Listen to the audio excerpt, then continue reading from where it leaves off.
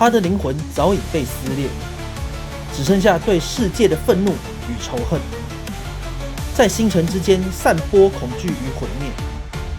他不需要救赎，只需要更多的鲜血。他的名字是安格隆。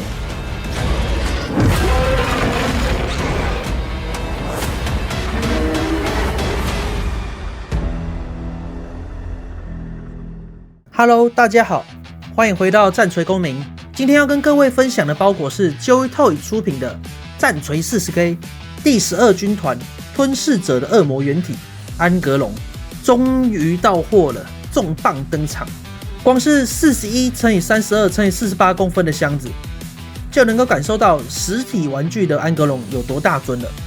安格隆又称红天使或红沙之主，是第12军团吞噬者的基因原体，其培养舱坠落于残酷的奴隶星努瑟瑞亚。从小被迫成为角斗士，在血腥的竞技场中不断的作战。在一次的战斗中，他因拒绝在竞技场中杀死自己的养父而激怒了奴隶主。为了强化他的嗜血性，奴隶主将名为屠夫之钉的装置植入了他的大脑。这一残酷的植入物深入颅内，并会刺激佩戴者的思想，让人更加残暴凶猛。一旦佩戴者的心智稍有松懈，屠夫之钉便会带来强烈无比的痛楚。在受到屠夫之钉支配后的安格隆陷入了疯狂，让他亲手撕碎了自己重视的养父。屠夫之钉彻底扭曲了安格隆的心智。在荷鲁斯之乱中，安格隆彻底堕落，成为混沌的恶魔原体。他的身躯变得扭曲恐怖，力量达到了难以想象的极限。他不再是帝皇的儿子，而是血神孔虐的代言人。配件非常丰富，总共有2大盒。第一盒除了安格隆主体外，还有炼巨斧、恶魔剑、一个张嘴怒吼的头雕和5只替换手，以及长满尖刺的尾巴。第二大盒可拆分为3小盒，专属的底座，还有翅膀跟主体的支撑架，以及一对厚重的恶魔翅膀。张牙裂齿的头雕能感受到安格隆是用生命在怒吼。整个头雕使用软胶材质，可以轻易掰动，头雕部分可以360度旋转，让我想起 30K 的时候，安格隆的脸皮直接被圣吉列斯拔除的画面。脸部用了暗红到深棕的渐层，上面的皱纹和血管都用浅色提亮，让肌理更立体。眼窝用深色晕染，让眼神更凶狠。屠夫之钉细节像是一根根连接脑部的钉状机械结构，暗金带铁锈效果，就像常年砍在头骨里，和血肉融合在一起。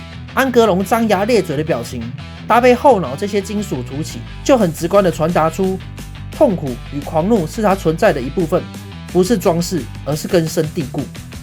胸甲彩黑金基调，加上金属饰边用干刷提亮，边缘有明显的刮痕与战损处理。中央的胸甲雕刻做了阴影加深，让细节更分明。令我最惊艳的是手部的可动性，可作动的部分分为肩膀、手臂、手肘、手腕，这张手部的可动性几乎满分。肩胛也是采用关节球，肩膀的蝴蝶关节让整体手臂也达到了更大幅度的开合。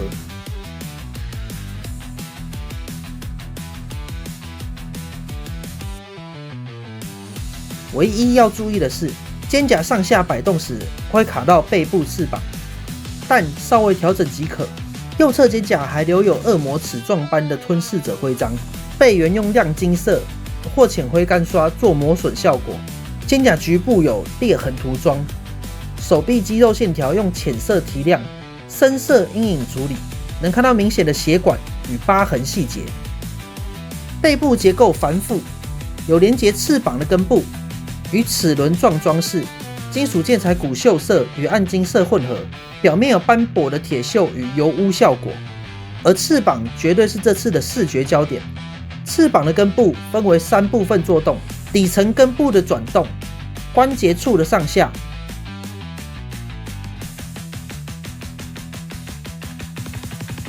以及翅膀的开合。各个范围都能够做到。整体以暗红和黑色做分层处理，表面有细微的裂纹与磨损，内侧做血色渐层，还能看到血管般的纹路，用细笔描出来的肌肉纹理感，仿佛用翅膀就可以撕裂万物，使翅膀看起来既厚重又带生命感。随和附有的小配件，还可以挂上翅膀做装饰。腰部有挂链与骷髅装饰物。皮革部分用了深黑与浅灰的干刷，表现皮质纹理。为了支撑安格隆沉重的上身与翅膀，腰部无论是左右转动或是上下摆动，关节都非常的紧实。腿部护颈与护膝边缘同样以干刷提亮，并加上满满战损与凹痕，营造战场感。腿部的高可动性可以直接4个方位的劈腿，也支援内外侧的转动。恶魔化的安格隆腿部已变形为角羊腿，这让安格隆硕大体型也能有高速的移动。膝盖与反关节的可动幅度很高，恶魔般的脚蹄支援4方贴地，脚趾也可独立上下摆动。涂装强调泥污与摩擦痕迹，底部刻有粗糙纹理，尾巴表面有鳞片或血肉的交错纹理。涂装上使用深浅渐层，强调弯曲处的阴影与张力。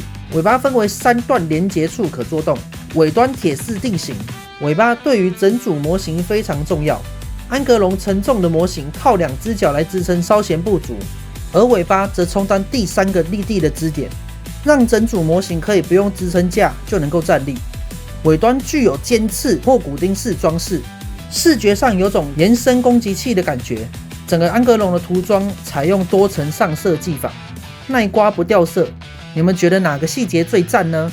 说说你们的想法。武器部分是安格隆的精华，碎戟者是一把巨大的链锯斧，斧身是密密麻麻的骷髅装饰，斧刃边缘布满了尖刺的锯齿，就像是为了专门把敌人的骨头一节一节碾碎。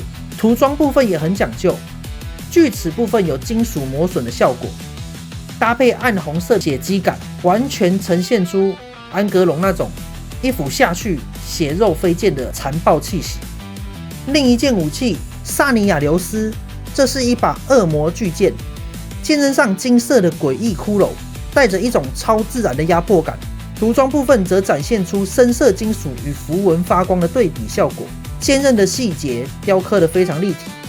握在安格隆手里的时候，都能感受到恶魔亲王的威势。一斧一剑，刚好象征了安格隆身上的双重特质，既是角斗士的屠夫，也是恐虐清玄的恶魔领主。你们最爱安格隆用哪种武器呢？斧头还是剑呢？我个人真的超爱这款安格隆。